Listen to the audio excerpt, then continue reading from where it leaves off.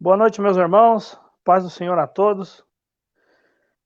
Bom, nós estamos começando hoje uma live toda especial, né? Nós estamos aqui com um modelo de live bem diferente, que é um modelo de perguntas que terão depois, né?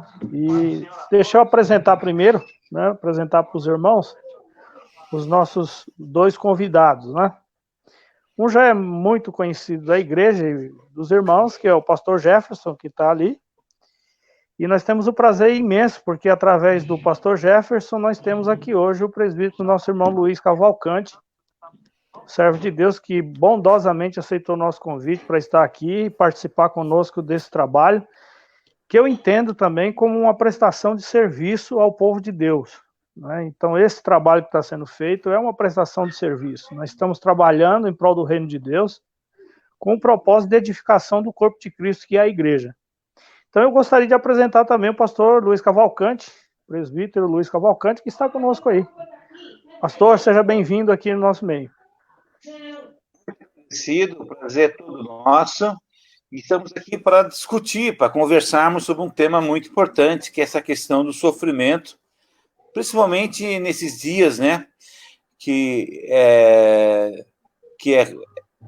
tem sido algo muito, muito novo para as pessoas, e no meio desse sofrimento biológico, físico, emocional, temos também um sofrimento produzido pelo próprio Estado, né? Há uma mistura de sofrimento também com histeria. Então, tem muita coisa para nós conversarmos aí.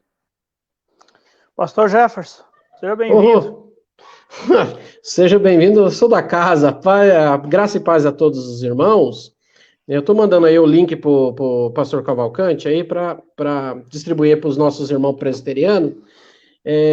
Realmente é um dos assuntos aí que tem uma importância muito grande, né, para nossa teologia, para nosso... E o momento também, né, não faz nem uma hora que eu acabei de receber falecimento de uma pessoa, né, é o primo da minha esposa que acabou falecendo no Pernambuco devido ao Covid aí, ele já tinha doenças já pré-existentes e infelizmente acabou de falecer, não faz nem uma hora que eu recebi a notícia, né. Imagine como é que é falar de sofrimento, a gente sabendo dessa triste, né, triste notícia, mas nós temos uma perspectiva cristã, uma perspectiva muito boa, né? A dor existe, a perda existe, mas nós cremos na ressurreição, né? Nós vamos encontrar com Deus lá na eternidade. E vamos encontrar com eles também, os nossos entes queridos. Muito bem, nós vamos iniciar, eu já vou iniciar essa conversa nossa aqui, esse bate-papo nosso, né? Eu vou dirigir ao pastor Luiz Cavalcante uma pergunta que talvez seja uma pergunta uma pergunta importante, porque estamos falando de uma questão que tem sido debatida por mais de 2 séculos de história da igreja, que é a questão do sofrimento. Mas eu tenho uma pergunta, eu vou dirigir para o senhor, pastor, até para a gente iniciar aqui a nossa conversa, se é possível nós falarmos em uma teologia do sofrimento na Bíblia. Então, existe muita perspectiva sobre essa sua pergunta. Eu diria o seguinte, eu diria que existe o sofrimento nas Escrituras. De Gênesis a Apocalipse fala sobre sofrimento. A teologia do sofrimento, se nós entendemos teologia como estudo de Deus e teologia do sofrimento como uma perspectiva de entender como funciona o sofrimento, né? No sentido de compreender a dor e o sofrimento, eu diria que tem uma teologia do sofrimento. Agora, no sentido, o que a Escritura diz acerca do sofrimento, como o cristão deve agir e se comportar diante do sofrimento. Então, assim, a teologia, em certa medida, é um trabalho humano. Nós, teólogos, pastores, presbíteros, desenvolve uma teologia do sofrimento no sentido de compreensão desse sofrimento, dessa dor. Agora, aí cada teólogo, ou cada pastor, cada presbítero, ele vai, a partir da sua experiência, ele vai desenvolver a sua teologia do sofrimento. Agora, nós temos que ter cuidado de não desenvolvermos uma compreensão do sofrimento a partir de premissas humanas e não conseguir sacar o que a própria Escritura diz, de nós não colocarmos palavras naquilo que a palavra de Deus não diz. Nós sabemos que o fundamento principal de uma boa hermenêutica é que a Escritura interpreta a própria Escritura. Então, assim, se nós formos com humildade e entendermos o que a Escritura diz acerca do sofrimento, nós vamos encontrar versículos, vamos encontrar histórias, vamos encontrar observações sobre o sofrimento. Agora, se você pode usar isso para crescer espiritualmente, ou você vai usar isso para ser depressivo, ou você vai usar isso para se afundar na vida espiritual, ou para se levantar na vida espiritual. Então, eu creio que, no sentido de, existe uma teologia do sofrimento, no sentido de nós compreendermos o sofrimento e como Deus lidou com pessoas, com servos, diante do sofrimento. Há uma teologia do sofrimento, porque desde que o homem pecou, já começou o sofrimento. O sofrimento começou, a dor, o sofrimento começa quando o homem saiu do propósito de Deus. Então, há uma teologia do sofrimento no sentido de que o homem sofre porque ele está distante de Deus. Agora, no sentido de uma teologia que você foi feito para sofrer, aí eu tenho dificuldade. Aí começa o nosso debate. Sim, sim. Pastor Jefferson, o que você entende sobre isso aí? É possível? Bom, é possível a gente extrair o assunto, né? O sofrimento. O sofrimento, o grande problema que eu vejo é que as pessoas veem o sofrimento como também um lado muito negativo, né? Nas Sagradas Escrituras vê crescimento, as pessoas crescem com o sofrimento, né? Nós temos também que entender que Deus é soberano, né? Deus determina todas as coisas. Santo Agostinho, né, quando ele perdeu a sua mãe, ele não chorou, né, e as pessoas perguntaram, por que você não chora? Ele falou assim, eu creio na ressurreição, eu vou encontrar com Mônica lá na eternidade, eu não vou sofrer, ela deu um até logo, por causa de sua perspectiva, né, de cristã. Eu acho que o grande debate que existe é a cosmovisão cristã. Conforme a pessoa, ela conhece o cristianismo, como ela vê o cristianismo, ela vai ter uma visão clara do sofrimento. Não é por acaso que nós sofremos, né? Nós temos um Deus soberano que ele nos prova nosso coração, nossa fé. Agora, no sentido de ter uma teologia de sofrimento como causa, bem falado pelo pastor Luiz Cavalcante. Nós não temos sofrimento, nós cremos na redenção, numa vida eterna, nós temos esperança. Nós somos o povo da esperança, porque o nosso Cristo, ele ressuscitou, o Cristo verdadeiro, ele ressuscitou. Aí tem uns Cristo falso, ideológico aí, e aí nós também temos que pensar no que o mundo está virando. Existe uma falsa esperança. Foi dito aí, não quero entrar nas questões políticas, por questões religiosas também não vou entrar, mas depois uma ideologia, nós temos uma ideologia no mundo aí, de que a solução está no Estado, que a solução é uma falsa esperança. Nós não, nós temos Cristo, a verdadeira esperança. Então, sofrimento no sentido, o cristão passa na vida por sofrimento, mas eu entendo que nós temos uma esperança, e nós temos que nos firmar na esperança, mesmo quando estamos sofrendo. E acreditar que Deus tem os seus propósitos eternos, que nós não podemos entendê-lo, mas que Deus cumpre eles por meio do sofrimento. Não sei se foi bem claro aí. Não, foi. A gente foi bem respondido, foi extremamente importante as respostas. Agora, para a gente aguçar um pouco mais essa discussão, o pastor Cavalcante, ele falou, e você também, pastor Jefferson, falaram sobre duas coisas que às vezes se confundem, né? Falou sobre dor e sofrimento, né? Então, é possível a gente falar numa diferença, né? É possível dizer que existe uma diferença entre dor e sofrimento? Vamos lá, então.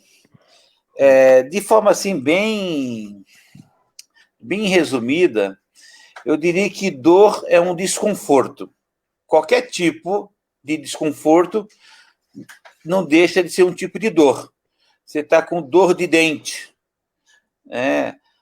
você está com dor em alguma parte do corpo. Então, em certa medida, a dor é um desconforto. Dor de cabeça. Os médicos costumam dizer que a dor é um sinal de que alguma coisa não está bem. A dor está avisando que alguma coisa não está bem. O sofrimento, eu diria que seria essa dor prolongada. Então, essa dor prolongada é o sofrimento, né? Então, mas como o nosso assunto aqui é teologia, então eu diria que dor é um desconforto e, ao mesmo tempo, ele está dizendo que tem alguma coisa que não está funcionando. O sofrimento, na minha opinião, é um prolongamento dessa dor, desse desconforto que não aparece. Agora, existe a dor física, existe a dor mental, existe uma dor espiritual, existe um sofrimento espiritual. Perfeito. E nesse sentido, existem essas dimensões biológicas, essas dimensões psicológicas, mas é importante nós entendermos também, pegando o gancho do pastor Jefferson, e como nós estamos aqui entre cristãos, é que esse desconforto que é a dor e esse sofrimento que é o prolongamento da dor, isso teve um início, teve uma causa. Na medida que o homem que foi criado por Deus, o homem foi criado com a imagem e semelhança de Deus. O homem foi criado para dominar nessa terra. E lá em Gênesis capítulo 3, o homem procurou ser independente de Deus. Podemos dizer o seguinte, que a origem da dor, a origem do sofrimento, começou no momento que o homem decidiu de ser independente de Deus. Quando o homem assumiu a fantasia, a ilusão da serpente, de que ele poderia viver uma vida não centrada em Deus, e que ele poderia ser o próprio governador, e que Deus não ia ser mais o seu soberano. Quando o homem e a mulher assumiram esse comportamento, que eles poderiam ser independentes de Deus, a dor e o sofrimento veio. E não somente o sofrimento, a dor da morte física. Primeiramente, o próprio Deus fala com o homem que cortou a relação. O homem que se encontrava com Deus todos os dias já não tinha condições de se encontrar com Deus. Quando Deus veio atrás do homem, o homem teve que se esconder porque estava com vergonha. E lá na frente, Adão morreu. Houve a morte física, né?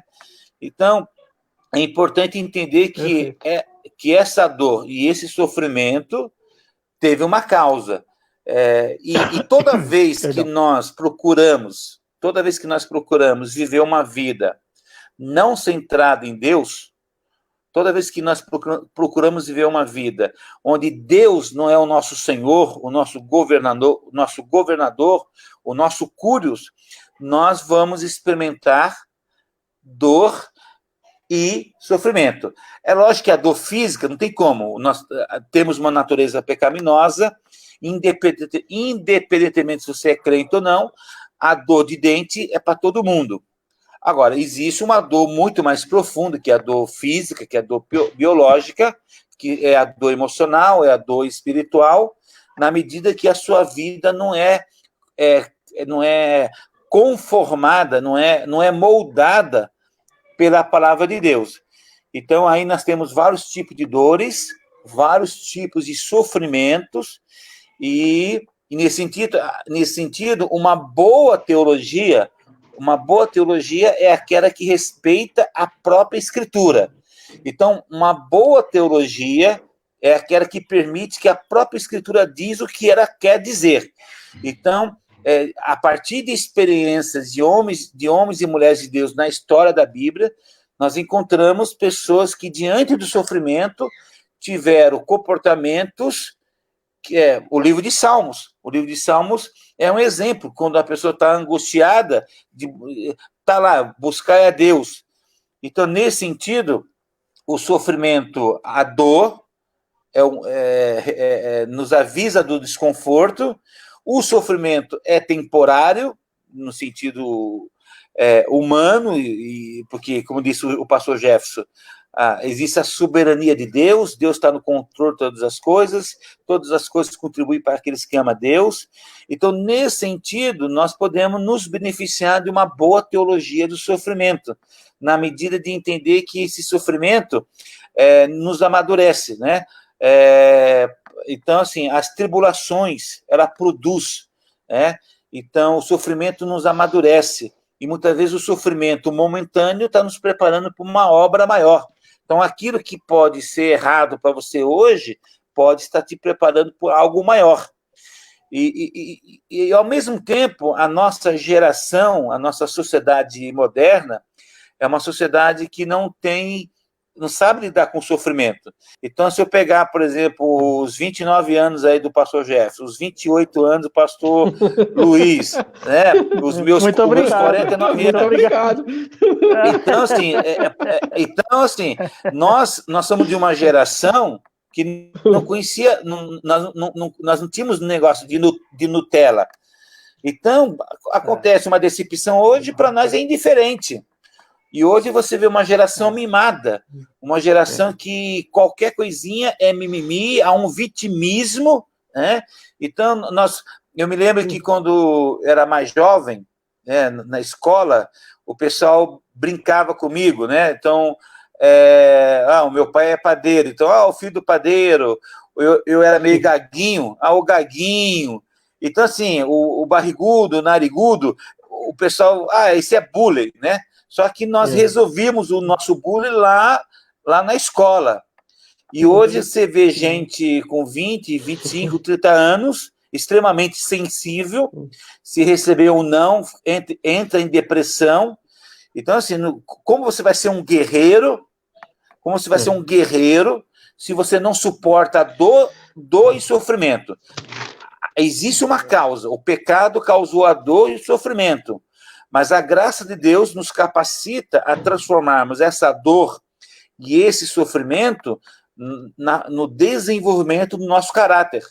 Então, como você quer ser um homem de Deus, uma mulher de Deus, ou você quer ser usado por Deus, se na primeira dificuldade na sua vida você chora, na primeira deficiência você pede água, né?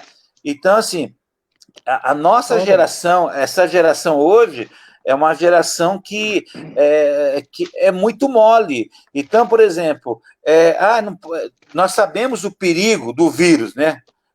Os politicamente corretos chamam de Covid-19. Para nós é vírus chinês, vírus do Partido Comunista Chinês.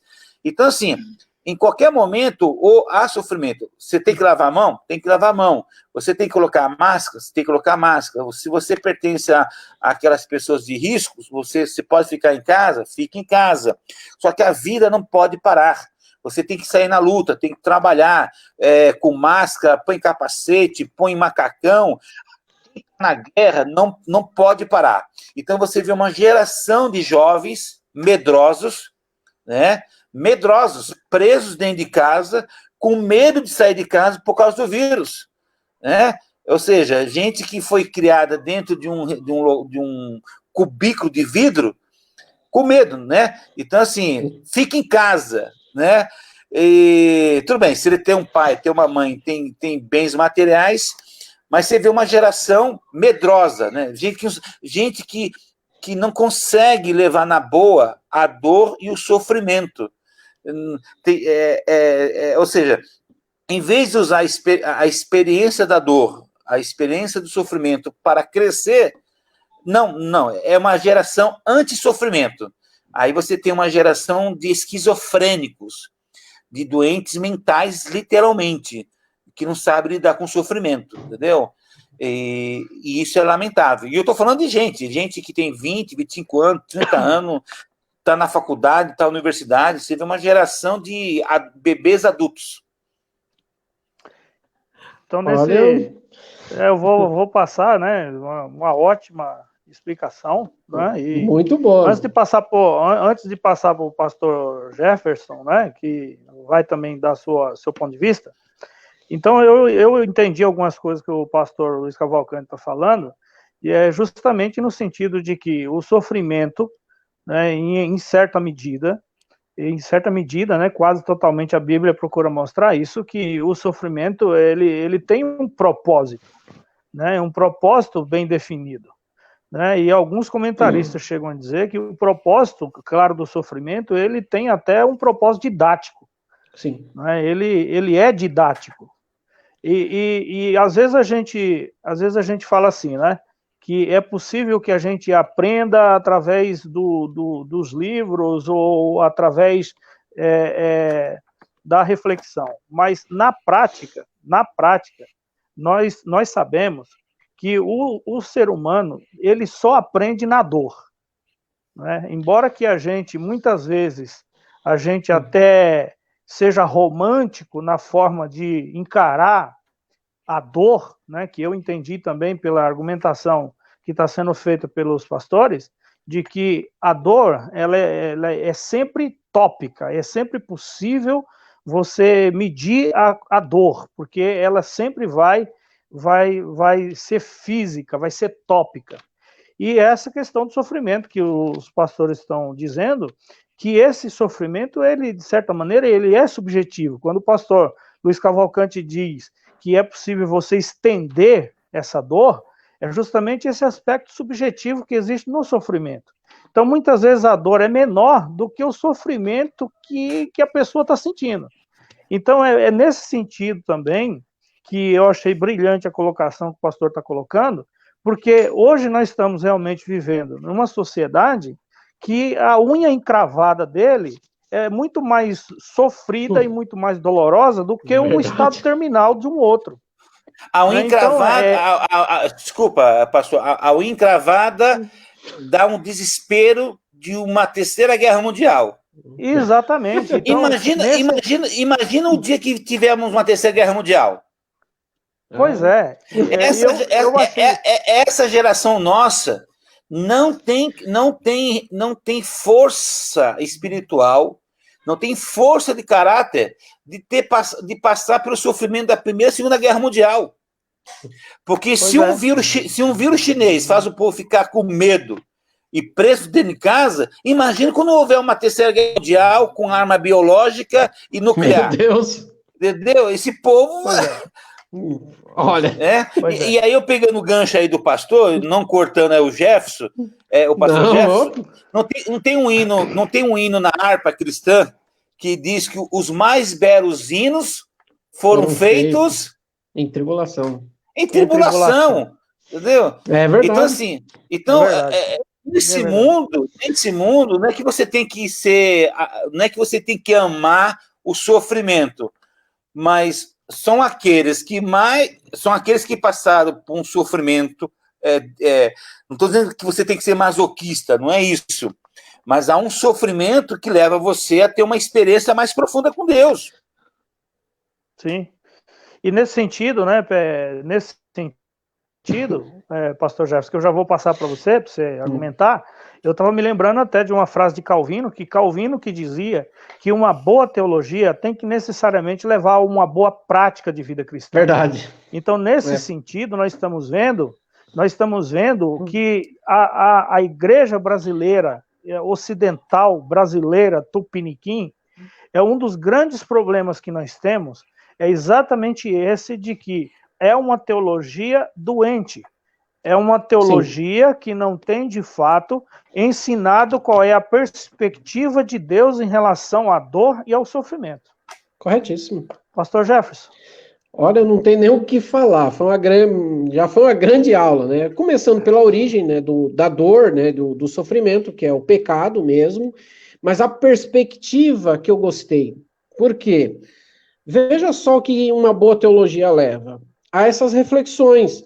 Porque o que a gente está vendo na sociedade? Dentro de igreja mesmo, gente desesperada. Eu tô até... Se um crente, salvo na pessoa bendita do Senhor, salva, está desesperado, tem alguma coisa errada na sua teologia. Porque nós temos que refletir isso, tudo que foi dito pelos pastores, nós temos que refletir, mas peraí, nós queremos... Eu estou com um problema que eu acho que as pessoas não têm senso de missão. As pessoas estão vindo... E esse esvaziamento do homem, eu fico chocado com isso. Às vezes, quando eu me deparo com esses assuntos, eu fico pensando, o homem de hoje, ele não tem mais a capacidade de enfrentar uma guerra, como foi feito as gerações passadas. Não tem. Por quê? Porque nós somos criados sem sofrimento, sem nada. E não é assim. Olha a revelação das Escrituras. Deus veio ao mundo, se encarnou, ele se humilhou, ele sofreu aqui. Olha que lição agora, bonita. Deixa eu já interromper. Pastor, deixa eu já interromper, porque aí você já me abriu o leque para eu já introduzir uma outra pergunta para direcionar nosso argumento. Sim. Né? Nesse sentido que nós estamos falando, que a teologia ela tem que levar necessariamente a uma boa prática de vida cristã. Sim. Então, nesse sentido, como a palavra de Deus pode nos ajudar? Eu mesmo estava vendo aqui, Provérbios 24:10 diz assim: se te mostrares fracos no dia da angústia, a tua força será pequena, é pequena. Está na Bíblia. Se diante do desafio da vida, eu estou apavorado, eu não estou perdendo a paz, estou perdendo o sono, é um mau sinal.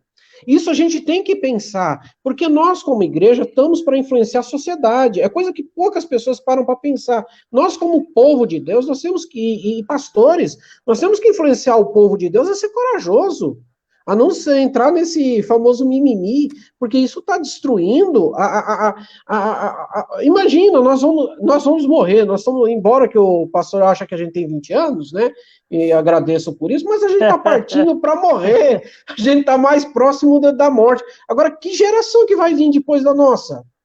Que tem medo de uma gripe, né? Uma gripe não foi minimizado, né?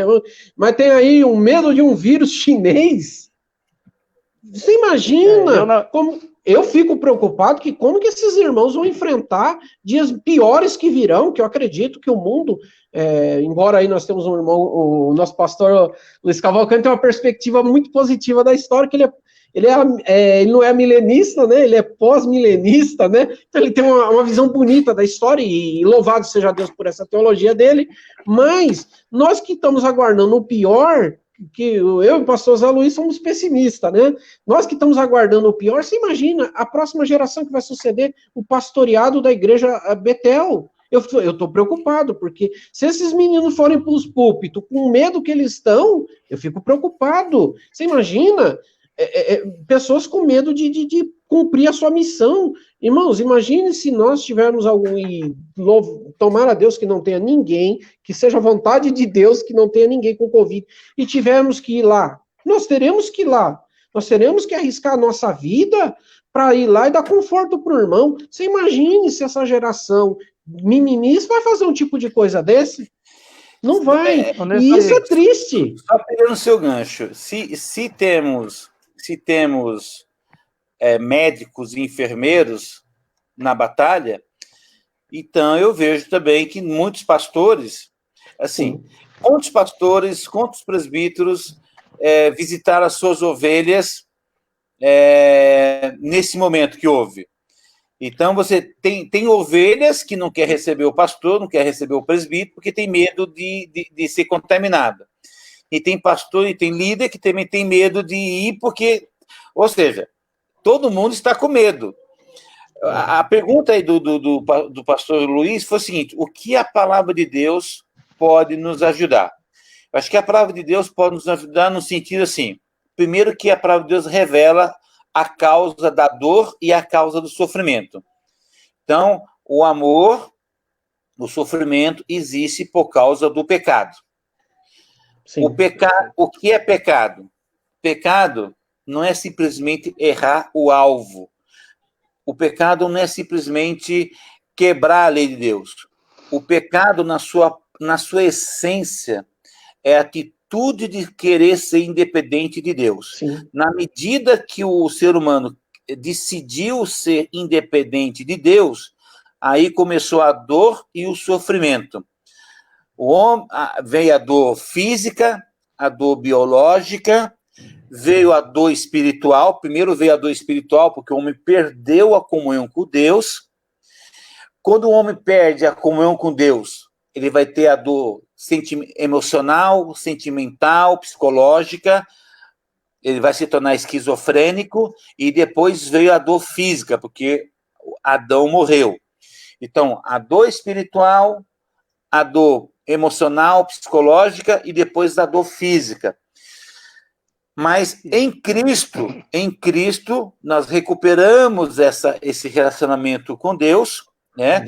Temos a dor biológica, temos a dor física, temos algumas dores emocionais e psicológicas que, na maioria das vezes, são causadas porque nós não alinhamos o nosso pensamento à lei de Deus. Muitas vezes estamos na igreja, né? Então, assim, nós não aproveitamos a sabedoria da palavra de Deus. Então, assim, tem muita gente que está errando para nós não errarmos. Então, você pega um casal que vai casar, né? Então, assim, o que eu preciso para ter um casamento feliz? Então, eu vou aprender com os mais velhos, os casamentos que deram certo, os casamentos que não deram certo. O que a palavra de Deus diz? Eu vou usar toda essa experiência acumulada na palavra de Deus e na vida de irmãos e irmãs para ter um casamento melhor. Então, agora, as pessoas não querem ouvir, né? Lá em Provérbios diz que na multidão de conselheiros habita a vitória, habita a sabedoria. As pessoas não ouvem os conselhos, entram num relacionamento errado, dá tudo errado. Então, esse sofrimento, né, foi causado por ele não ter buscado a Deus, por não ter sido humilde, por não ter estudado, aprimorado, né? Tem sofrimento que o próprio diabo causa? Tem, mas nem todo sofrimento é do diabo. Tem sofrimento que você mesmo causa. Você foi imprudente, você não prestou atenção. Então, assim, o sofrimento, a Escritura diz, quem não se alinha com as leis de Deus, quem não se alinha com os mandamentos, quem não se alinha com a lei de Deus, se você ficar o pneu, se você não calibrar o pneu, se um pneu tiver 50 e o outro tiver 10, esse carro vai tombar. Então, assim, o sofrimento pode diminuir na nossa vida no sentido de você calibrar sua vida com Deus.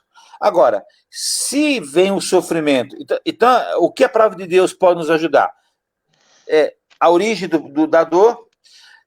A palavra de Deus revela que o nosso Deus é um Deus soberano, é um Deus que está acima de todas as coisas, a nossa vida pertence a Ele, nada acontece na nossa vida sem permissão de Deus. Consequentemente, se houver algum tipo de sofrimento, e eu sei que a minha vida pertence a Cristo, eu sei que existe um propósito escondido naquela situação. Eu amo a Deus, sei que Deus me ama, e aconteceu algo horrível na minha vida. Eu fui preso injustamente. Nós tivemos um pastor em Angola, por estar pregando o evangelho, e foi preso. E ficou alguns meses preso num país aí africano. O que aconteceu durante o período que ele ficou preso lá na cadeia? Muitos presos se converteram por causa da pregação do evangelho.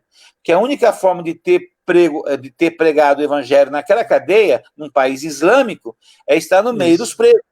Então, aquele sofrimento da prisão, aparentemente sofrimento aos olhos dos homens, mas aos olhos de Deus foi uma ação de Deus para que pessoas pudessem ser salvas, né? Então, as piores tragédias que podem acontecer na nossa vida, uma vez que nós pertencemos a Cristo, tem alguma coisa para fazer. Existe alguma bênção escondida a um propósito, né? Então, é para orar mais, é para buscar mais a Deus, é para jejuar, é para consagrar, é para estar mais focado em Deus. Ou seja, o sofrimento na vida de alguém tem um propósito. Então, o que a palavra de Deus ensina? A palavra de Deus fala sobre a origem do sofrimento, fala que o sofrimento é causado muitas vezes porque você é imprudente, muitas vezes o sofrimento é causado porque você não vigiou e não orou, você deu voz ao inimigo. Ao mesmo tempo, a palavra de Deus diz também que Deus é soberano. Então, se você vê que a palavra diz que ele é soberano, então você não pode também levar muito a sério o sofrimento, porque Deus é soberano, Deus está trabalhando com você. Não estou dizendo que você tem que ser masoquista 24 horas, não é isso. Mas a boa teologia do sofrimento você tem que colocar todos os pingos nos is, né, para ter uma teologia equilibrada, né, para entender que há um significado espiritual e material por trás disso. E outras promessas, né? Como nós acabamos de afirmar, os belos hinos foram escritos em tribulação, as melhores poesias, né? Sim.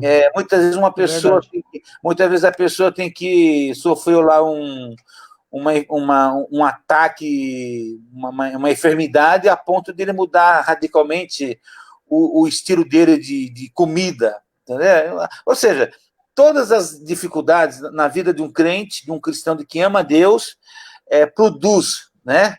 Produz experiência, produz perseverança, produz bênção de Deus, entendeu? Só uma observaçãozinha, desculpa aí, um hino também muito bonito, né? Sou feliz com Jesus. Não sei os autores, mas eu sei que o autor perdeu a família no rio Mississippi. E após ele ter perdido a família, ele fez um dos mais belos hinos que a gente, sou feliz com Jesus. Mesmo diante das dores, ele disse, sou feliz. Era um pastor batista, se me falha a memória. Desculpa, pegando aí o Jeff. Olha que interessante você está falando, né? A pessoa que escreveu o hino Eu Sou Feliz, quando nós cantamos, parece ser fácil, né? Eu estou feliz com Jesus. Aí, quando você entende que quem escreveu foi alguém que perdeu toda a família, esse cara tem autoridade.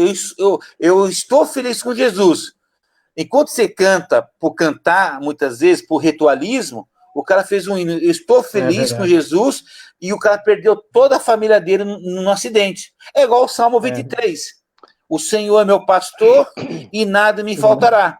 É um versículo bonito, todo mundo conhece, mas nós sabemos que quando Davi escreveu esse salmo, o Senhor é meu pastor e nada me faltará, foi num dos períodos mais difíceis da vida dele, como pai, como rei de Israel, nos momentos de maior calamidade na vida. Eu diria que no ápice do sofrimento de Davi, ele teve força do Espírito Santo de dizer, o Senhor é meu pastor e nada me faltará, né?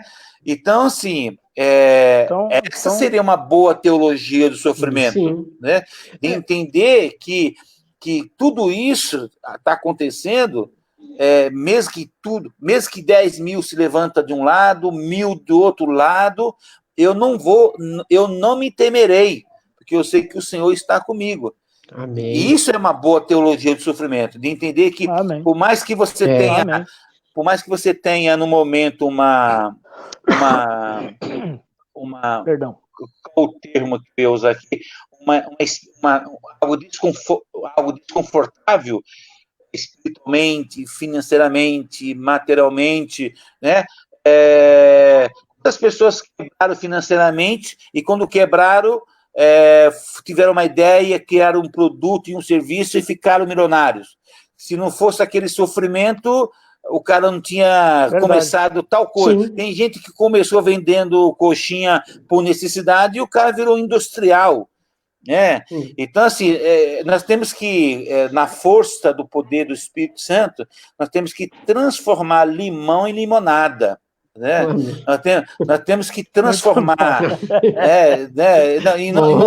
E tem que ser um limão estragado, super azedo em limonada. Entendeu? Transforma em limonada, cria uma rede, cria uma franquia de suco de limonada e vai para cima.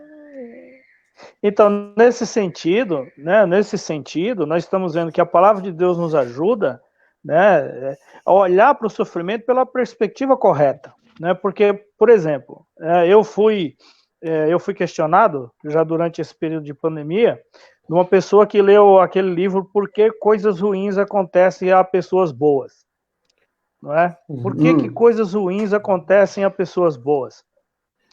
A resposta que eu tive ali logo de imediato foi responder para ele o seguinte: eu fico admirado porque coisas boas acontecem conosco ainda. Não é? Então não é porque assim, se nós somos seres caídos, se nós somos seres caídos, e Deus ainda, pela sua bondade, pela sua misericórdia, nos concede coisas boas, então eu acho que a pergunta está sendo feita da perspectiva errada. Não é porque coisas ruins acontecem conosco, porque coisas ruins acontecerem a pessoas caídas seria o normal. O que não é normal é coisas boas ainda acontecer conosco. Então, quando a palavra de Deus ela diz, né, que a chuva cai e o sol nasce sobre justos e injustos, né? Então é a perspectiva correta que tem que se indagar, de que tem que se ver, de que Deus é bom, né? Que Deus é bom, que Deus é misericordioso, apesar de nós sermos seres que estamos nessa condição, como disse o pastor Cavalcante, seres que a Bíblia fala que nós somos uma raça caída. Então, nessa perspectiva, é olhar para a vida, olhar para essa perspectiva, conforme o pastor está dizendo, que cabe a nós resolvermos grande parte dos males que acontecem com o ser humano, cabe a nós mesmos resolvermos. Essa é a perspectiva. Mas fala aí, pastor Jefferson. Eu acho que o título do livro já é ruim, porque pessoas boas, né? E na teologia nós somos debravados. E na teologia, né? Na teologia nós somos ensinados que esse termo bom, quando se trata de bom, só se atribui a Deus, não se atribui... Só a Deus. O título do livro já é ruim. Já é ruim, então não se atribui, né? Não dá para atribuir esse adjetivo bom a seres caídos, né? Não dá para fazer essa atribuição desse termo, né? Então, nesse sentido, a gente viu que a palavra de Deus pode nos ajudar a olhar para o sofrimento e olhar para a dor pela perspectiva correta, pela perspectiva da Bíblia, da palavra de Deus. Isso. Eu queria colocar uma coisa também, que o sofrimento, ele nos humilha. Nós lemos da passagem de Paulo, quando ele vai ao terceiro, que ele fala que não foi ele, que ele conhece uma pessoa, daqui a pouco ele fala do espinho da carne, que aquele espinho na carne fazia ele sofrer para que ele não se orgulhasse. O sofrimento também nos humilha, que é uma condição que o cristão tem que andar. Nós temos que ser humilde, né? E ele fala uma coisa fantástica: a minha graça te basta. Eu acho que essa é a visão cristã. Né? Eu estava pensando sobre esse texto aí que o pastor está falando, eu estava vendo que eu mesmo, né, quando cheguei muitas vezes diante desse texto e fui ver que espinho na carne, eu fiquei me lembrando daqueles espinhozinhos que entra debaixo da unha, às vezes, ou que às vezes a gente pega aqueles carrapichos, né? Mas só que o termo grego que está sendo usado lá, ele fala de estaca. É uma estaca que foi enfiada na carne de Paulo. Então, imagine o que era aquilo lá, aquele mensageiro do Satanás que ficava com uma estaca o tempo todo enfiando na carne de Paulo. Então, tinha um objetivo claro ali. Sim. Porque que Deus colocou, né? Que nos trazer a um sentido de humildade, né? De olhar para a vida, de olhar para Deus com extrema humildade em relação nesse sentido, o sofrimento seria uma benção. Sim. Porque no caso de Paulo foi realmente, né, pastor? Quem de nós aqui não precisa de correção. Quem de nós aqui... Tem um teólogo reformado, presbiteriano, chamado Francis Schaeffer. Ele diz o seguinte: o que é a ira de Deus? Ele afirma que a ira de Deus começa quando Deus permite você fazer o que você quer. Uma das piores coisas que pode acontecer na vida de alguém é Deus abrir mão daquela pessoa. Ok, então, Cavalcante, você vai ser guiado pela sua própria cabeça. Não tem a tragédia, o que é de pior começa quando Deus permite que você faça o que dá na sua cabeça. Então, o que acontece? O sofrimento, ou situações desconfortáveis que acontecem na nossa vida, muitas vezes Deus está usando essas questões desconfortáveis para sinalizar, porque nós temos uma tendência de sair do trilho. O nosso pecado, né, a avareza, a cobiça, a falta de humildade, arrogância, prepotência, ou seja, não existe um único santo que não tenha algum tipo de pecado que tenta desviá-lo do caminho. E o sofrimento, nesse sentido, funciona como um alerta, como um puxão de orelha para você não sair do trilho, né? Então, Paulo foi um dos... ele escreveu a metade do Novo Testamento, né? Dos 27 livros do Novo Testamento, pelo menos de 11 a 13 livros foi Paulo que escreveu, né? Então, o cristianismo que existe hoje, tecnicamente, tem uma influência poderosa de Paulo. Então, imagina se esse cara, esse apóstolo, não tivesse esse espinho na carne, para manter a sua humildade, para ele lembrar que existe um Deus, né? Porque tem um livro muito bom do reverendo Augusto Nicodemos, que o nome do livro é Cristãos Ateus. O que é o cristão ateu? O cristão ateu é aquele que intelectualmente acredita que Deus existe, mas ele vive uma vida como se Deus não existisse. Então, existe muito crente ateu. Ele vai na igreja no domingo, ele pode até ter uns rituais religiosos, mas no fundo, é ele que manda na vida dele. Deus não é senhor da vida dele. Então, ele é um cristão ateu. E intelectualmente, da perspectiva filosófica e racional, ele acredita que Deus existe, mas Deus não faz parte da vida dele. Então, o sofrimento muitas vezes leva as pessoas a uma intimidade mais íntima com Deus. Verdade. E o próprio, quando a gente vai olhar no caso de Jó, né? No caso de Jó, a gente vai ver que foi exatamente isso, né? Que Jó vai dizer que antes eu ouvia só de falar, mas agora eu te conheço, né? Então, nesse sentido, quando a gente olha para Jó, a gente vê ali que o sofrimento foi absolutamente um divisor de águas na vida de Jó. Mas a Carlinha, tem alguma pergunta já aí? Porque nós já estamos com 50 minutos da nossa live. Foi tão rápido. Eu queria deixar aí para ver se tem alguma pergunta. Tem uma pergunta do Wellington. Ele está perguntando qual a base bíblica podemos usar para que Deus permita o sofrimento da humanidade, ao invés de agir através da sua soberania para cessar todas as dores imediatamente. Rapaz, que pergunta! Eu não ouvi a pergunta. Eu não ouvi a pergunta, mas eu já vou passar para o pastor.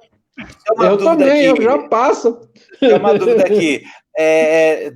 Nessa tela, eu consigo visualizar quem está nos acompanhando? Eu não ouvi a pergunta. Peraí, deixa eu ver se eu consigo pôr a pergunta aqui, se não vai ficar muito grande. Só um minutinho. Não, outra pergunta, cara. Dá para saber quantos acompanhantes tem nessa tela ou não? Que está nos acompanhando? Tem 12 pessoas. Tá, mas aqui na minha tela não aparece nada disso. Não, na sua tela não, só aparece aqui na minha. Entendi. Então, qual é a pergunta? Qual base bíblica podemos usar para que Deus permita o sofrimento da humanidade, ao invés de agir através de sua soberania para cessar todas as dores imediatamente. Tá, vamos lá. Eu vou responder a primeira parte da pergunta. Depois vou pedir o auxílio dos universitários Jefferson e o pastor Luiz. A base, pastor Zé Luiz. A base bíblica... O pastor Jefferson vai... Vamos lá. A base bíblica é toda a Bíblia. Então, de Gênesis a Apocalipse, é a base, por causa do pecado. O homem pecou. O homem perdeu comunhão com Deus. Na medida que o homem perdeu comunhão com Deus, e o homem não consegue andar 24 horas conectado com Deus, já começou a dor, já começou o sofrimento. O homem já tem uma natureza pecaminosa. Então, a partir do capítulo 3 de Gênesis, onde houve a queda, o sofrimento começa na queda.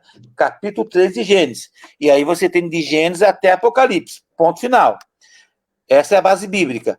Agora, deixa eu ver a segunda pergunta. Eu quero ver a segunda parte da pergunta. Você vai poder repetir, a Carla? A segunda parte é... A base bíblica começa em Gênesis, capítulo 3, a queda do homem. Peraí, deixa eu ver aqui. Aí ele que pergunta por que Deus, através da sua soberania, não age imediatamente para cessar essas dores. Ok, legal. Então, o que acontece?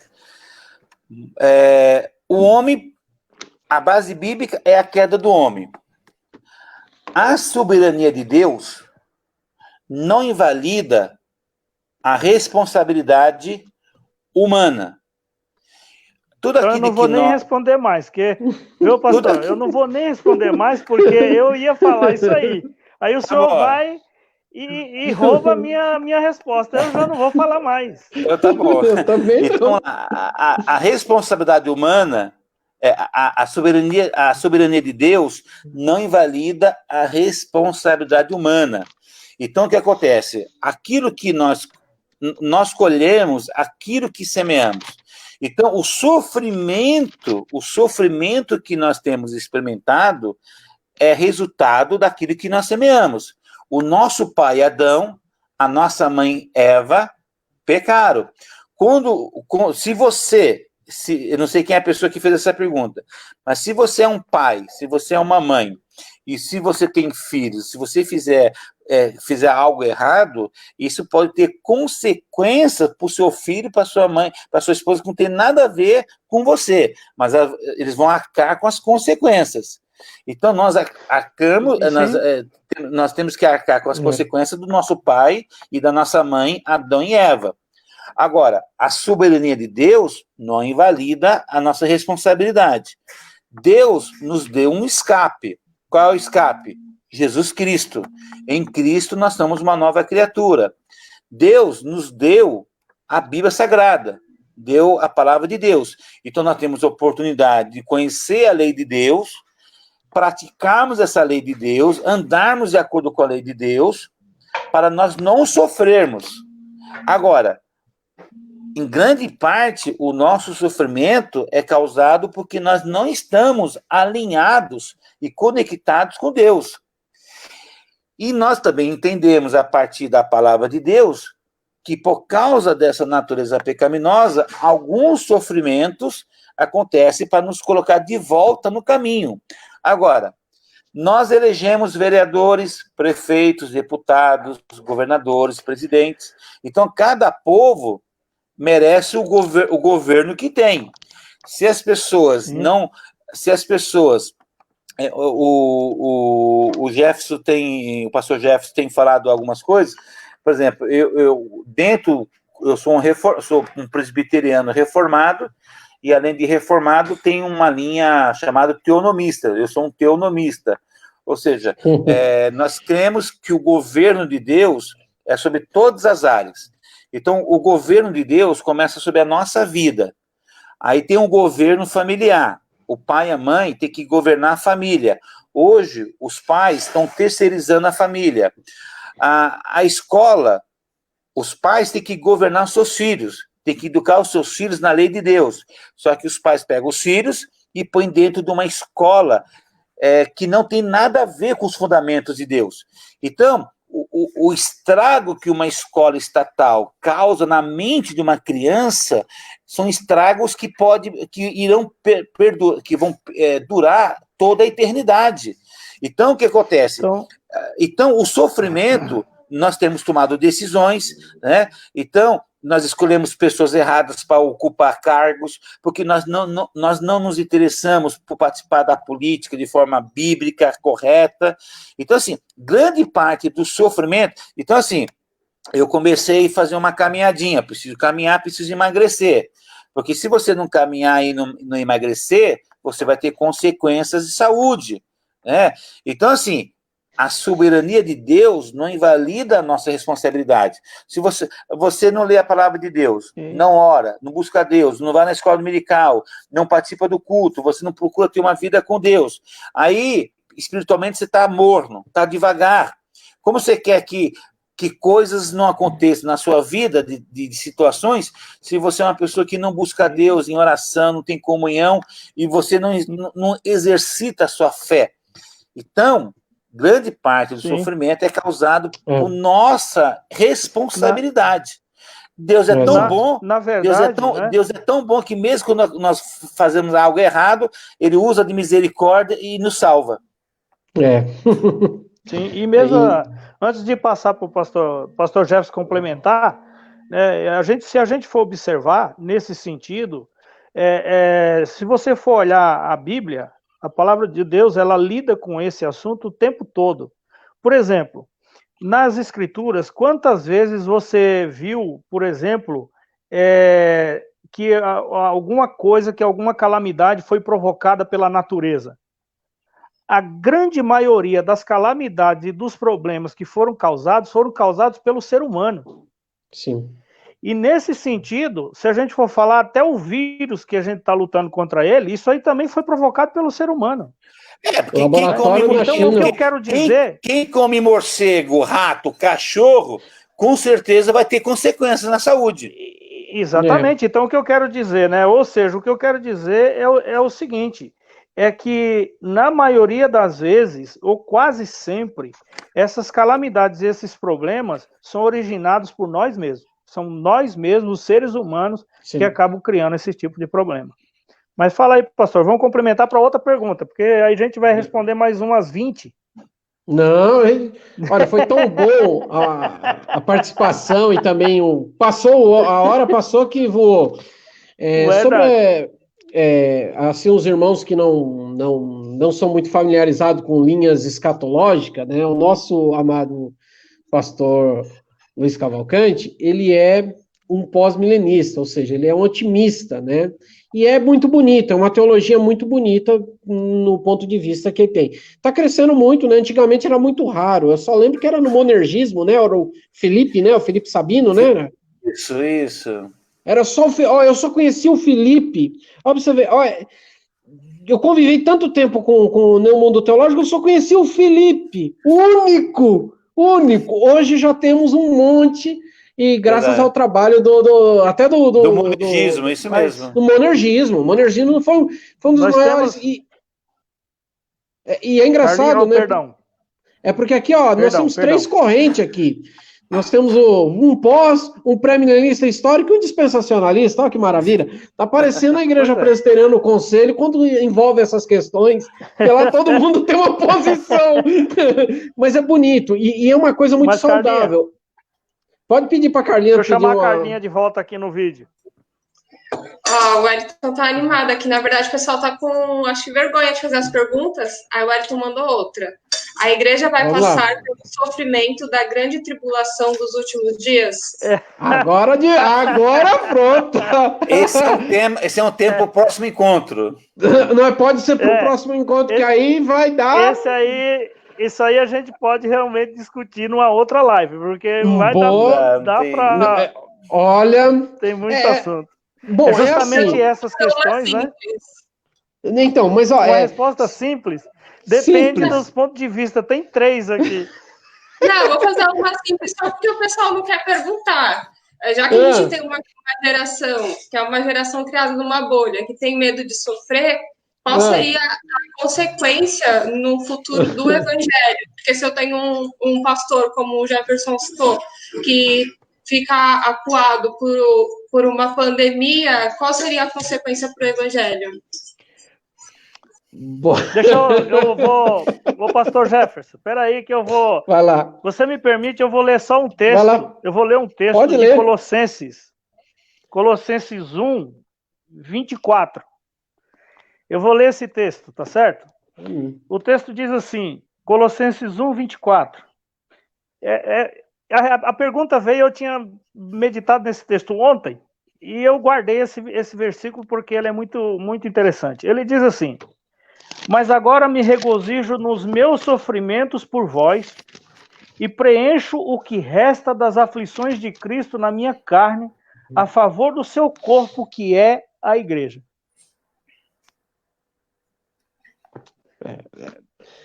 Bom. Olha, fala aí, pastor Jefferson. Bom, eu fico imaginando como seriam os cristãos... Quais seriam as consequências assim de uma igreja que não quer sofrer por meio de Cristo? O pastor Cavalcante, né? Ele trouxe aqui para nós um caso de um irmão que foi preso lá em Angola, se eu não me engano, ainda foi Angola, não é isso, pastor? Eu falei Angola, mas eu acredito que... Acho que não foi Angola, acho que foi a missionária na África, de fala francesa, eu acho que foi Guiné-Bissau. Então, mas assim, independente, né? Senegal. Foi Senegal. Então, Senegal. Ela foi presa no Senegal. Agora, será que haveria outra forma? E o pastor disse, e eu concordo, baseado até nesse versículo que a gente leu, porque, de certa forma, os sofrimentos de Cristo em favor da igreja estão se cumprindo na vida de um irmão desse. Porque sem o sofrimento, sem ele ter passado pela cadeia, como foi dito, né? E é essa a perspectiva, seria absolutamente impossível que o evangelho fosse pregado ali. Então, qual que é a consequência de uma geração que não quer sofrer? A consequência para o evangelho é desastrosa, é catastrófica. Porque é inevitável a gente pensar, né, de que há países que sem sofrimento nunca vão ouvir o evangelho. Se não tiver pessoas que estejam a sofrer pelo corpo de Cristo, que é a igreja, essas nações jamais serão alcançadas. Essa é a pior consequência que poderia acontecer para o cristianismo. Eu vou aproveitar, nós vamos falar, você imagina se o primeiro século fosse hoje, se esse cristianismo não ia aceitar Cristo como seu salvador, porque ia morrer. No primeiro século, a recompensa de ser cristão era a morte. Todos os apóstolos morreram de forma trágica. Nós tivemos é só ler aquele John Fox, né? Fox é o livro dos mártires. É só ler aquele livro e você fica assustado. Você vê os nossos primeiros cristãos, os pais da igreja, sofreram muito. Todos eles sofreram. E também tem mais, né, pastor? Até entre nós mesmos que somos pastores urbanos, né? Que somos pastores urbanos, as consequências para uma igreja urbana de pastores e de líderes que não estão dispostos a sofrer pelo evangelho, tem alguma coisa errada. Porque o normal é sofrer por Cristo, não o contrário. Sim. Não tem nenhum... mais alguma... uma pergunta? Não está saindo. O microfone dela está... Desculpa. Tem uma pergunta da Janaína. Ela perguntou como podemos confortar alguém, sendo que ainda não passamos por alguma situação. Aí ela colocou um exemplo de pessoas que perderam os pais e eu ainda tenho os pais vivos. Como eu confortaria a pessoa? Ou no caso de qualquer outro sofrimento? Eu diria o seguinte... Peraí. Alô? Pode sim. Peraí, assim, eu só vou dar o pontapé inicial, porque aí eu vou deixar vocês falarem agora. Mas é até baseado numa questão prática, né? Porque, por exemplo, a Bíblia, a palavra de Deus, ela não explica o sofrimento. Ela não explica. Se a gente for ler Jó, por exemplo, tem uma explicação para o sofrimento ali? Não tem. E a Bíblia não explica. E por que não explica? Porque simplesmente explicar o sofrimento não vai tirar o sofrimento de ninguém. O que nós temos que fazer como cristão no momento do sofrimento? Na Bíblia deixa claro que no sofrimento a melhor coisa que nós podemos fazer, mesmo sem termos passado por uma questão, seja ela qual for, é o acolhimento. Por exemplo, no velório da minha mãe, né, eu passei por um momento terrível naquele dia. Eu não me lembro de palavras nenhuma que eu ouvi das pessoas naquele dia, mas eu sou capaz de me lembrar de muitos abraços que eu recebi naquele dia, de só chegar em mim, me dar um abraço e não falar uma palavra sequer. Então, quer dizer, o que a Bíblia procura mostrar? A Bíblia procura mostrar que nós, como cristãos, podemos ajudar uma pessoa que sofre acolhendo. Sim. Até mesmo as Escrituras e o próprio Jesus, quando ele vai se referir a isso, ele vai dizer o seguinte, olha, eu estou convosco todos os dias até a consumação dos séculos. É estar presente, é estar junto, é acolher a pessoa que sofre. Então, eu vou aproveitar, a Bíblia fala para chorar com os que choram. Nesse momento, é o momento de lamentarmos juntos. Chorar, acolher. Né? É acolher, Pastor, a gente está junto. Cavalcante. Então, eu diria o seguinte, quando alguém está passando por uma fase difícil, conforme a pergunta aí da Janaína, né? Ela pergunta, por exemplo, meus pais estão vivos e confortar alguém que perdeu os pais. Muitas vezes, o fato de você estar do lado já é um conforto. Você não precisa, muitas vezes, ficar falando. Então, estar do lado de alguém que está passando por sofrimento, quieto, em silêncio, já é um tipo de conforto, né? Orar pela pessoa com palavras de sabedoria é uma forma de confortar, porque a pessoa, poxa, aquela pessoa esteve comigo e orou por mim. Então, no momento mais difícil da minha vida, eu fui confortado através da visita e de uma oração com sabedoria, né? Porque tem que saber orar de forma sábia e não orar para criar confusão ou orar para fazer fofoca, não. De repente, a leitura, a oração do Pai Nosso, se você não sabe o que orar, ora o Pai Nosso, ou leia o Salmo 23, na pior das piores, em forma de oração, né? Que é a palavra de Deus, então, por si só, não tem erro. Você não vai errar nas suas palavras. Perfeito. Se você orar o Salmo 23 e orar o Pai Nosso, essa pessoa vai ser extremamente confortada, porque o Espírito Santo está agindo. Então, estando junto e orando, já é um conforto. Agora, tentando aprofundar um pouco a questão, é o seguinte, nós temos quantos minutos de tempo? Nós não temos uma regra de tempo, não, pastor. É que a live já está com 1 hora e 1 hora e 8 minutos já. Graças a Deus, né? Eu estou vendo que os irmãos estão interessados. Eu quero compartilhar com os irmãos. Tem um livro escrito por uma pessoa que eu recomendo a leitura desse livro. Tem um livro muito bom que é Soberania e o Sofrimento, da editora Cultura Cristã. Um dos autores é o John Piper. Esse livro é uma visão extremamente cristocêntrica sobre a soberania de Deus e o sofrimento.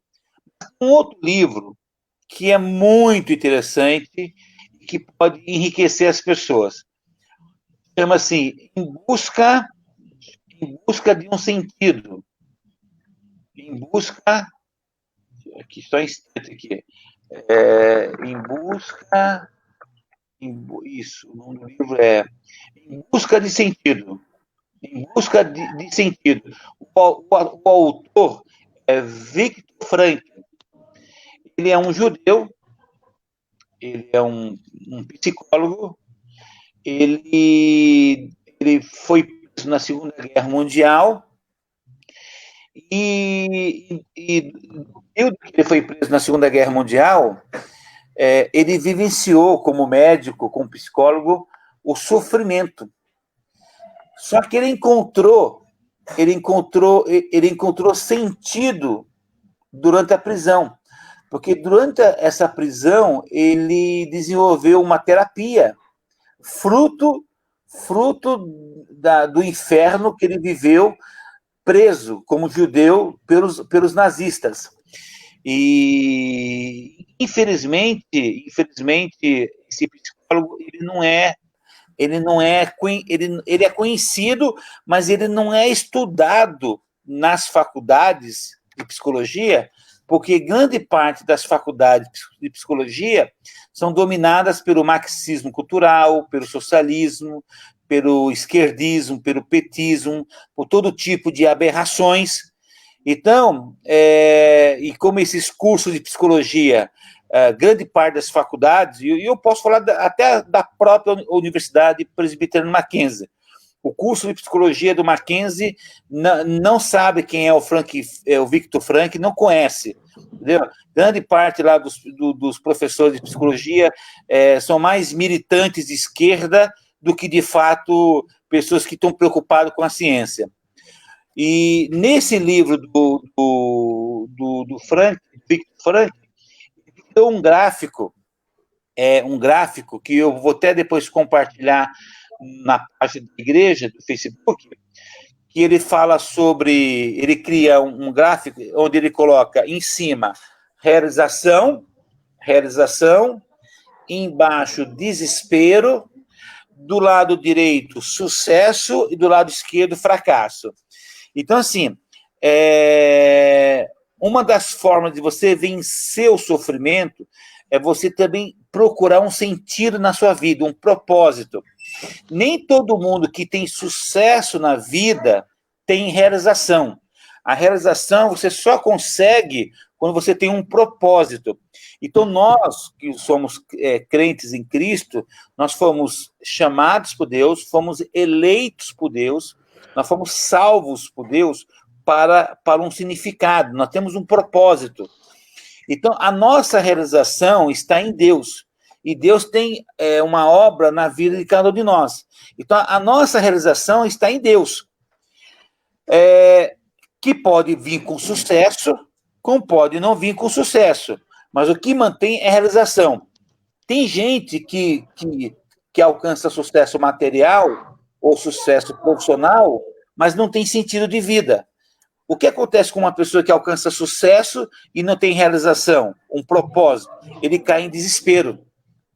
Então, nesse livro, Em Busca de um Sentido, desse psicólogo judeu, Viktor Frankl, nós somos estimulados a entender que a vida só faz sentido. A vida só faz sentido se você tiver um sentido na vida.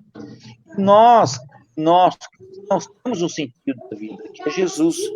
Né? Nós fomos escolhidos por Deus para sermos a imagem e semelhança, né? Lá em Romanos diz que fomos predestinados para sermos conforme a imagem de Cristo. Então, muitas vezes o sofrimento, muitas vezes a depressão, ou muitas vezes a ansiedade, depressão é passado, ansiedade é futuro, porque falta um propósito. Né? Existe um sofrimento hoje, porque as pessoas não têm propósito. E esse propósito só pode ser conquistado quando você entende qual é o chamado de Deus na sua vida. Todos nós fomos chamados por Deus. Então, nós temos que descobrir esse nosso propósito, essa nossa identidade em Jesus, e ao realizar essa obra que Ele nos deu, não importa se é na vida ministerial, na vida espiritual, não importa a sua profissão, muitas vezes Deus quer te usar como psicólogo, como médico, como advogado, ou seja, como empresário, ou seja, os dons e os talentos que Deus te deu, Ele quer te usar num propósito maior, que é a expansão do reino de Deus, o crescimento do reino de Deus. Então, assim, Deus quer te usar. Então, muitas vezes as pessoas sofrem e vivem sofrimento, porque ainda não encontraram o seu propósito na vida, que é um outro tipo de sofrimento. Muitas das doenças psicossomáticas, porque existe alguma coisa nessa pessoa que ainda ela não se encontrou na vida, ela não sabe o que fazer da vida, né? Então, pessoas que não sabem o que quer fazer da vida, e não sabem por que está vivo, por que eu estou vivo, por que eu existo. Então, essas indagações, não saber as respostas disso, leva as pessoas também a algum tipo de sofrimento, né? E esse sofrimento faz dessa pessoa viver uma vida inoperante, uma vida sem sentido. Verdade. A pior coisa que tem é viver sem sentido. Nesse sentido, o niilismo, o niilismo de Nietzsche, toda a filosofia, toda a ciência hoje, moderna, pós-moderna, está fundamentado no niilismo. Ou seja, eu vim do nada, a minha vida significa nada, e eu estou indo para o nada. Por isso que está cheio de gente doente, maluco, esquizofrênico. A nossa educação é esquizofrênica, a nossa ciência é esquizofrênica, a nossa política é esquizofrênica, a nossa economia é esquizofrênica, as empresas são empresas esquizofrênicas, porque eles não entenderam que a vida só tem um sentido. E não importa, esse sentido tem que estar em Cristo, em Deus. Então, nós temos que estabelecer o reino de Deus, não só na igreja, nós temos que estabelecer o reino de Deus na empresa, nos negócios, na profissão, na escola, na academia, na universidade, na política. O reino de Deus tem que ser estabelecido. Ser sal, ser luz. Nós somos o fermento de Deus. Nós somos o fermento de Deus nesse mundo. Nós temos que ser fermentados nesse mundo e estourar esse mundo com o aroma de Cristo. Então, uma parte do sofrimento é porque as pessoas não têm o entendimento de que ele foi criado à imagem e semelhança de Deus. Então, eu ia até aproveitar e não aguento, tem que comentar, né? É um fato interessante. Ô, Carlinha, deixa eu só um minutinho, pastor Jefferson, só um minutinho. Carlinha, deixa eu pedir aqui um favor para você. Tá chegando mais perguntas aí? Tá sem microfone. Alô, tem só mais um minuto, o Wellington fez. Você consegue dar uma pausada no meu vídeo aqui, um minutinho só? Consigo. Eu queria aproveitar, ele vai perguntar, né? Daqui a pouco o pastor Zé vem aproveitar na live, né? E falar de uma figura muito importante, né, na igreja, né? Foi o Kuyper, né? Abraham Kuyper, né? Era um pastor de igreja e ele resolveu mudar um país, né? A Holanda, ele influenciou muito, né? Não só como pastor, mas também como político, como a nação, né? Isso é uma lição muito bonita, né? A gente tem muitas pessoas que influenciam o cristianismo, né? A gente está numa luta cultural, de uma forma ou de outra, as pessoas não entendem isso. E o cristianismo exerce uma influência na universidade, em todos os aspectos sociais. Que hoje, infelizmente, muitos cristãos acabaram, né, renegando isso, ou não sabendo da influência que nós, protestantes, evangélicos, temos na sociedade, né? As grandes nações do mundo foram formadas no berço do protestantismo, sob influência de grandes homens, né? Nós temos a Suíça de Calvino, a Inglaterra, né, que muitos protestantes foram, os puritanos nos Estados Unidos, os presbiterianos, né? Poucas pessoas não fazem ideia, mas as grandes universidades dos Estados Unidos foram pela força da influência dos protestantes. Infelizmente, isso foi tirado, né, da nossa cultura, né, da nossa cultura protestante, infelizmente. E a gente tem que falar isso para os jovens, porque a gente está falando de sofrimento. A vida tem um sentido, e nós temos que descobrir a missão que nós temos na vida, né, descobrir de que Deus foi nos chamado e também exercer a nossa influência no mundo, né? Não sou tão otimista quanto o pastor na visão escatológica, mas é bonito ver isso, né? E realmente, eu acho que o grande problema que a gente vê é a falta de significância. As pessoas vivem a vida por viver, mesmo sendo cristão, e não entendem que nós vivemos para a glória de Deus. Olha lá a confissão de Westminster, né? O catecismo, né? Que é a primeira pergunta, né? Para que fim o homem foi criado? A resposta: foi criado para a glória de Deus. Pode comentar, pastor?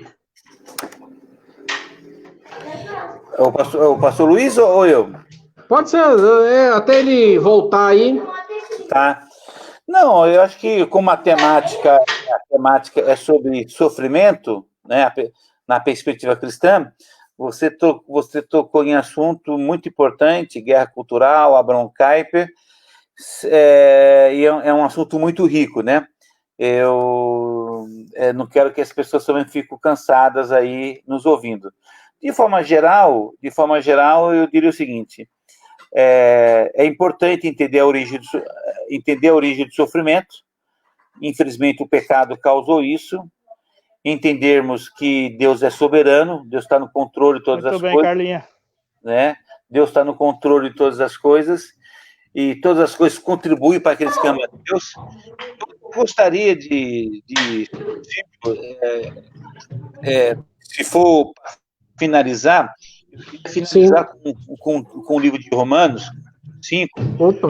O livro de Romanos fala assim, capítulo 5, diz assim: tendo sido, pois, justificados pela fé, fomos justificados pela fé em Cristo, temos paz com Deus, nosso Senhor Jesus Cristo, pelo qual também temos entrada pela fé a essa graça, na qual estamos firmes, e nos gloriamos na esperança da glória de Deus. O versículo 3 diz: e não somente isso, mas também nos gloriamos nas tribulações. Em outra tradução, se diz assim: pai de alegria com passados por tribulações. Não porque a tribulação, não porque Paulo era masoquista, mas quando ele fala assim, pular de alegria quando passados por tribulações, sabendo que a tribulação produz paciência. A paciência. Né? Tem gente que ora assim: Senhor, me dá paciência. A única forma de você ser uma pessoa paciente é você passar por tribulação. Então, o que acontece? A tribulação produz a paciência de suportar, e a paciência, a experiência.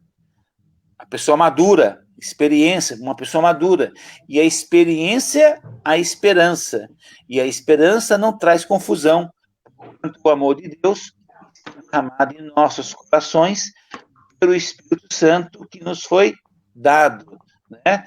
Então, eu acho que é importante nós entendermos que o sofrimento é passageiro na vida de um cristão, infelizmente por causa do pecado, mas o Espírito Santo nos consola. Nós temos a palavra de Deus que nos alimenta, lá em Colossenses 3 diz que a palavra de Cristo habite ricamente em vós. Então, nós temos que nos encher da palavra de Cristo e entendermos que qualquer tribulação que nós passarmos é um aprendizado. Nós temos que transformar as nossas tribulações, nós temos que transformar os nossos limões em limonada com a graça de Deus. Né? Então, se você entender o sofrimento como limonada para transformar o limão em limonada, o seu tempo aqui na Terra será um tempo relevante. Tem muita gente perdendo a vida, perdendo tempo com sofrimento. Tem gente que tá vivendo um período depressivo por muito tempo. Você não pode, a sua vida tem um sentido, a sua vida tem um significado, você tem que tocar a vida, tem que ir para frente. Você não pode permitir que o sofrimento do dia a dia, o sofrimento da vida leve você ao fracasso. Você tem que usar o sofrimento como combustível para o seu crescimento e para o seu desenvolvimento. Nós chamamos isso de resiliência. Resiliência é a capacidade de transformar sofrimento, dificuldades em vitórias. Lá em Daniel, está escrito que Daniel era 10 vezes mais sábio do que todos os sábios da Babilônia, porque ele tinha o Espírito Santo. Então, nós, por termos o Espírito Santo, nós temos que ser 10 vezes mais sábio, 10 vezes melhores em qualquer coisa que nós fazemos, porque nós temos o Espírito Santo. O Espírito Santo é a terceira pessoa da Trindade. O Espírito Santo é Deus. O Espírito Santo é o Deus que habita em nós. Então, nós temos que entender o sofrimento com um aprendizado. Nós temos que parar com mimimi, parar com vitimismo. A Bíblia diz que o amor lança todo o medo. Quem tem medo não está aperfeiçoado no amor, né? O amor de Deus é o nosso gás, o que nos fortalece. Então, nós temos que ir para cima, tem muita coisa para fazer. Nós temos igrejas para abrir, nós temos que evangelizar Osasco, o Brasil, temos que abrir escolas, temos que abrir hospitais, nós temos que criar uma televisão uma televisão no Brasil que trata de jornalismo de forma verdadeira e não com fake news. Nós temos que ter um jornal que faça reportagem de qualidade e não jornais de fake news como Estadão, como foi de São Paulo. Ou seja, nós temos tanta coisa para fazer, nós temos que criar empresas, gerar emprego, gerar prosperidade, gerar riqueza, prosperar. Ou seja, nós temos muita coisa para fazer nesse mundo, nós não podemos perder tempo com sofrimento. O sofrimento tem que ser um gás na nossa vida. Você não pode usar o sofrimento para ficar o dia todo na sua cama. Todo mundo tem um momento de luto, respeita o seu tempo de luto e depois se levanta, né? Davi, quando teve a perda do filho, ficou lá uma semana clamando a Deus, não resolveu, morreu, ok. Tomou um banho, comeu e tocou a vida. Então, nós temos que realmente entender o sofrimento como uma bênção de Deus, porque ele é o nosso limão que eu vou transformar em limonada. Para ter limonada tem que ter limão, entendeu? Então, o sofrimento é o meu limão que eu vou transformar em limonada. Olha, feliz por isso. Eu sei que nós vamos encerrar a live. Eu vou falar que foi uma grande aula para nós, um grande professor Luiz Cavalcante. E realmente, né, nós temos que exercer, nós somos sal da terra, mesmo que a gente enfrente lutas, enfrente o sofrimento, mas a gente tem que bola para frente. E uma coisa bonita, né, para os irmãos aí, nós temos um grupo de pessoal que gosta de estudar, uma visão aí da escatologia muito bonita, que é o pós-milenismo, que eu gosto, apesar de ter minhas discordâncias, mas nós somos irmãos em Cristo, isso que é a beleza do cristianismo. Pastor Jefferson, a vida é um aprendizado. Eu comecei como pré-milenista, depois eu passei para o milenismo, depois foi para o pós-milenismo. A vida é um aprendizado, entendeu? Porque qual é a essência do pós-milenismo? A essência do pós-milenismo é que Deus é vitorioso. Sim. E ele já ganhou a guerra. Então, lá no céu, todo mundo é pós-milenista, porque o pós-milenismo... É verdade, tem razão. O pós-milenismo é o seguinte, Deus é soberano, governa sobre todas as coisas, já houve o julgamento, entendeu? Então, lá no céu não vai ter nem pré e nem milenista, vai ser todo mundo pós, porque Deus é soberano. A vitória já foi garantida, já aconteceu a vitória. Aconteceu a vitória, entendeu? Então... Meus irmãos... Entendeu? Mas é isso aí. Meus irmãos, a Carlinha aparece aí. Oi, Zé. Muito bem. Mais uma pergunta? Muito bem. Eu queria agradecer, né? Eu queria deixar o pastor Jefferson fazer as suas últimas considerações e também colocar a Carlinha aí com a gente para agradecer todo o trabalho que está sendo feito pela Carla, pelo Wellington, os irmãos aí que estão sendo bênção na nossa vida. Agradecer vocês aqui. Deus que abençoe pelo trabalho maravilhoso que tem feito, por 1h30 na frente de um computador aqui para servir o reino de Deus, para servir a igreja do Senhor. Então, não é uma tarefa fácil, não é coisa fácil de se fazer. Então, fica aqui a palavra do seu pastor, de agradecimento a Deus pela sua vida e pela vida do seu esposo, pela vida da sua família. Deus, que Cristo recompense todo o trabalho que você tem feito em prol do reino de Deus, você e seu esposo. E também agradecer ao nosso palestrante, pastor Luiz Cavalcante, que a gente espera ele aqui na Igreja Betel, assim que acabar o isolamento social, esperar o pastor aqui para nos trazer a palavra de Deus aqui para nós, e Vai um ser dos uma honra. cursos que é dado, né, pelo pastor Luiz Cavalcante, que é justamente essa coisa do marxismo cultural, e a gente trazer aqui umas palestras para a igreja também tomar conhecimento. Agradecer Amém. aqui o pastor, Deus que abençoe a sua vida, em nome de Jesus, aprendemos muito com a sua vinda aqui. Eu espero Amém. que a gente consiga marcar outro dia para o senhor voltar, para a gente trazer outros temas aqui para a gente conversar. Amém. Muito obrigado, pastor Gerson. Amém. Olha, Deus abençoe, um forte abraço para você. Amém. Ó, só beijo tem no que coração. agradecer. Amém. Vamos encerrar e fica com todo. Amém. Um abraço. Amém. Obrigado, um beijo no Tá. coração, obrigado.